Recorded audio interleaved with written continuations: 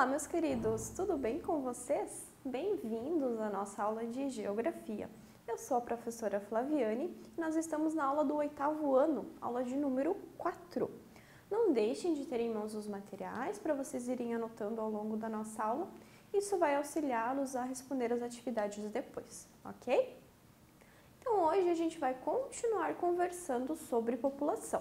Lembra que na aula passada a gente já conversou sobre alguns aspectos, populacionais e hoje a gente vai dar continuidade a isso. Então, a aula de população parte 2, ok? Então, qual é o nosso objetivo hoje? Interpretar os aspectos que envolvem crescimento ou queda populacional.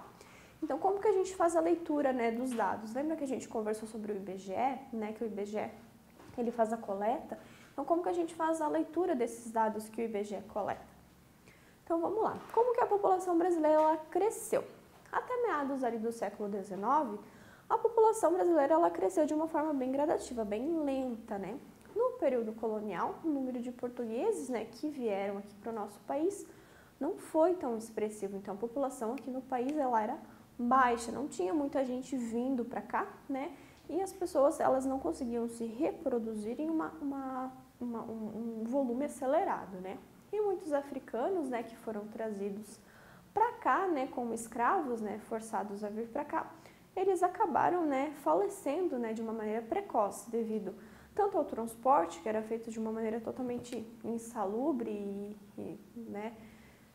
tirando as questões humanas, ali era feito de uma maneira muito ruim, e também as questões de maus tratos que eles acabavam sofrendo aqui.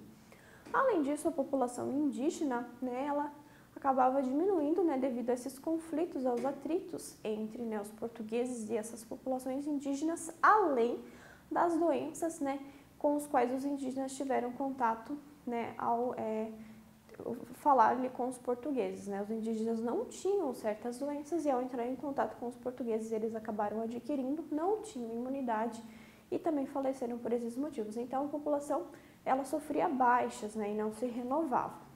A população, então, começou, a crescer de uma forma mais acelerada no final do século XIX, quando, existiram políticas voltadas à imigração, para vir aqui para o Brasil, os imigrantes europeus começaram a chegar. Estima-se, que mais ou menos entre 4 e 5 milhões, de imigrantes, eles chegaram aqui no nosso país ali no século XIX, final do século XIX, início do século XX, ok? Por volta de 1930, o governo brasileiro passou então a restringir essa entrada dos imigrantes, Com isso, os fluxos migratórios eles foram diminuindo e essa migração deixou de contribuir de maneira efetiva para o crescimento populacional do Brasil. Então, chegou um ponto em que o governo brasileiro barrou nessa entrada, porque estava vindo muita gente, acabou ficando até de uma forma meio descontrolada, então o governo brasileiro acabou barrando, então esse fluxo migratório ele diminuiu, e foi parando. Daí aqui, questão da entrada, imigrantes no Brasil no final do século XIX, início do século XX, então a entrada dos imigrantes. A maioria, aqui é o total, os maiores aqui são os totais. Aí a gente tem os imigrantes alemães, os portugueses, os espanhóis, os sírios turcos, depois a gente tem os italianos, algumas outras, os japoneses e o total. Então a maior aqui de leva foi de italianos, tá vendo que os italianos são uma leva bem grande, depois a gente tem portugueses e os alemães também em uma menor escala aqui. O crescimento demográfico. Além dessa imigração ali, até 1930, o crescimento da população brasileira, ele se deve ao crescimento vegetativo, ou seja, o crescimento natural. Então, a renovação natural da população. Quando a proporção de pessoas que nascem é muito maior das pessoas que morrem. Então, é um crescimento, natural da população. Esse índice natural se tornou mais elevado a partir de 1940, com o declínio das taxas de mortalidade. Então, quando a saúde ela passou a ficar melhor, entre a população, essas taxas de mortalidade elas foram caindo e de natalidade foram aumentando. Então, o crescimento vegetativo é a relação entre a taxa de natalidade e de mortalidade, tá? E o que é cada uma dessas taxas? A taxa de natalidade é a frequência com que ocorrem os nascimentos, dentro da população e a taxa de mortalidade e a frequência com que ocorrem os óbitos dentro da população. Então, são números, né? O número de nascimentos e o número de óbitos dentro da população. Essa queda da mortalidade ocorreu por quê?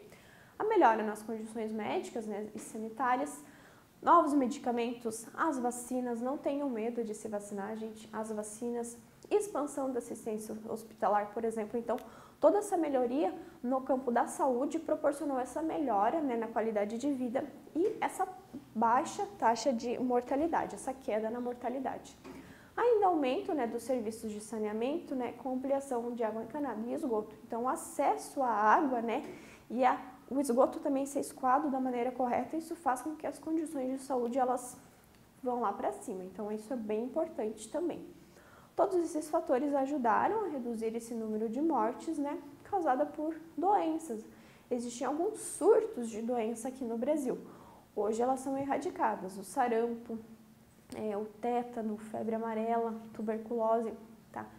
A tuberculose, a febre amarela ali, a gente ainda tem, às vezes, uma coisa ou outra, o tétano também, mas o sarampo era algo muito recorrente a essa época, então as campanhas de vacinação ajudaram na erradicação dessa doença ali, tá? Então, se hoje existem casos, eles são totalmente isolados e antes não, era uma coisa bem comum de acontecer entre a população.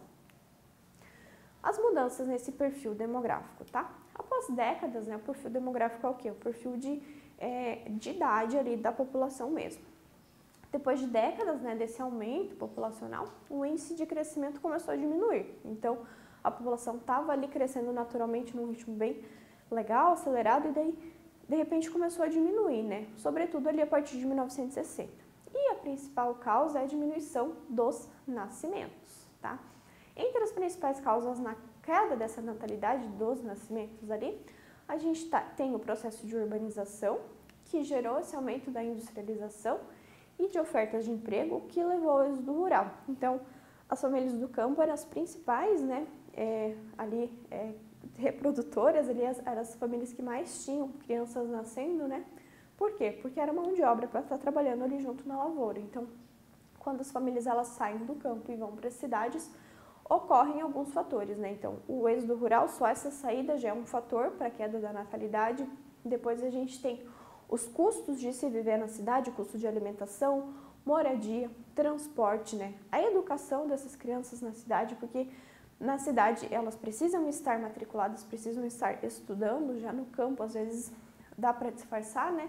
E na cidade não, elas precisam estar em um ambiente escolar, além, né, da difusão dos métodos de contracepção ali, então, para evitar essa gravidez. Então, tudo isso contribui para essa diminuição do número de nascimentos. A estrutura etária da população. A estrutura etária é a distribuição dos habitantes por faixas de idade, tá? Os dados referentes a essa estrutura são expressos em um tipo de gráfico e esse gráfico é chamado de pirâmide etária. Através desse gráfico, dessa pirâmide etária, a gente consegue saber a composição de uma população em relação à sua idade e ao sexo, ao gênero daquela população. O eixo vertical, que é chamado ordenada, ele expressa a idade, já o eixo horizontal, a abscissa, então lembrem dos termos matemáticos ali, a ordenada, a horizontal e a abscissa, a horizontal é a abscissa e a ordenada na vertical. O eixo ali horizontal, ele dá a quantidade de população, geralmente é dividido por sexo. A gente já vai ver ali uma ilustração disso. O formato dessa pirâmide, ela nos revela aspectos sobre essa população. Então, a partir da leitura, a gente tem alguns dados que nos revelam aspectos da população, né? Uma base larga indica um elevado número de jovens, enquanto um topo estreito indica uma pequena quantidade de idosos. Porque a base é a população mais jovem, a população que está nascendo é a população mais jovem. Então, quanto mais larga a base, mais jovem a população. Quanto mais larga o topo, mais idosa é a população. A gente já vai ver isso. Portanto, nessa pirâmide nos revela se a população é jovem, adulta, idosa, se tem índices de natalidade, né? Como que está a expectativa de vida. Também é possível perceber, né, a fase demográfica em que a população daquele país está vivendo, né? E nos indica questões também socioeconômicas. Aqui, ó. Isso é uma pirâmide etária. Então, uma base mais larga, tá vendo? Uma base larga indica um elevado percentual de jovens na população, né? Nascimentos acontecendo e jovens ali sendo inseridos na população.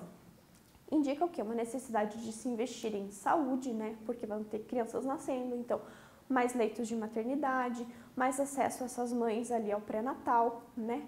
E também é preciso investir em escolas, creches, universidades, geração de emprego, porque esses jovens, eles vão crescer, né? Essas crianças vão se tornar jovens, eles vão crescer, vão precisar dar continuidade aos seus estudos, então tudo isso, uma base larga nos indica tudo isso.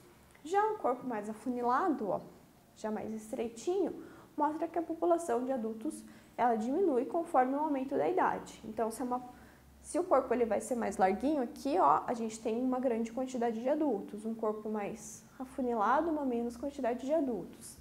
Essa parcela adulta é o quê? É a parcela que vai trabalhar, é a parcela economicamente ativa. É o que vai gerar renda, né, para que o Estado recolha ali aqueles rendimentos que vão estar sendo gerados e possa investir tanto na base, né, naquela manutenção da base, que é os nascimentos, quanto no topo, que são os idosos, tá? Então, é dessa população aqui do meio que depende o resto da pirâmide. Já um ápice estreito, ali um topo mais estreito, indica, né, um percentual reduzido de idosos, revelando que a expectativa está baixa. Se for ao contrário, se esse topo tiver aqui, o ápice estiver mais larguinho, então indica que a qualidade de vida está boa, então temos mais idosos, mas ao mesmo tempo a gente vai demandar mais dinheiro para mantê-los, né? Mais saúde, remédios, acesso à saúde, tudo mais, os cuidados básicos que os idosos eles necessitam ter. Então, conforme a gente vê, faz a leitura aqui do corpo da pirâmide, a gente sabe como que essa população ela está se comportando e como que o governo ele precisa agir em relação a essas políticas públicas. Então, aqui a gente tem mais um exemplo, ó. Aqui a gente tem como a gente faria a leitura dessas pirâmides aqui. A primeira aqui, ó, a gente tem o quê? Uma base larga. Então, a gente tem bastante nascimentos, né? Tem jovens, ó, nascimentos e jovens aqui. Um corpo mais estreito. A gente tem uma população adulta baixa. E cada vez mais vai afunilando. Então, o que está acontecendo aqui? Está nascendo muita gente, mas essas pessoas, elas estão falecendo. Né? O topo aqui ele vai se afunilando cada vez mais. A gente não tem aqui, ó, tá faltando alguma coisa aqui. Tá faltando o quê? Principalmente acesso à saúde, à educação, tá acontecendo alguma coisa aqui, até segurança. Às vezes essas pessoas aqui, elas estão morrendo porque é um país em guerra, é um país que tem uma taxa de violência muito alta, que essa população aqui, ela tá falecendo antes de chegar à idade idosa aqui. Tá nascendo bastante gente, mas ela não está se mantendo. Essa população aqui não está trabalhando, não temos uma população que trabalhe para manter o resto, então está acontecendo alguma coisa aqui. Já esse corpo aqui, ó, indica que tem nascimentos, a gente tem uma população aqui adulta, que ela não é tão alta, mas ela ainda se mantém e ela tá melhor que a outra linha em relação aos idosos, mas ainda assim, ainda tem poucos idosos aqui, então já melhorou alguma coisa aqui. E esse aqui é o que mostra aqui que a gente tem, ó, poucos nascimentos, os nascimentos já diminuíram aqui, então é uma população que trabalha mais, tem mais acesso à educação, provavelmente, e os idosos, ó, eles já têm uma qualidade de vida melhor. Então, a partir do corpo da pirâmide, a gente consegue ter várias interpretações, a gente faz essa leitura dessa forma. Então é isso, gente. Não deixem de revisar aqui a aula para que vocês possam compreender e fazer as suas atividades, ok? E nós nos vemos na nossa próxima aula. Tchau, tchau!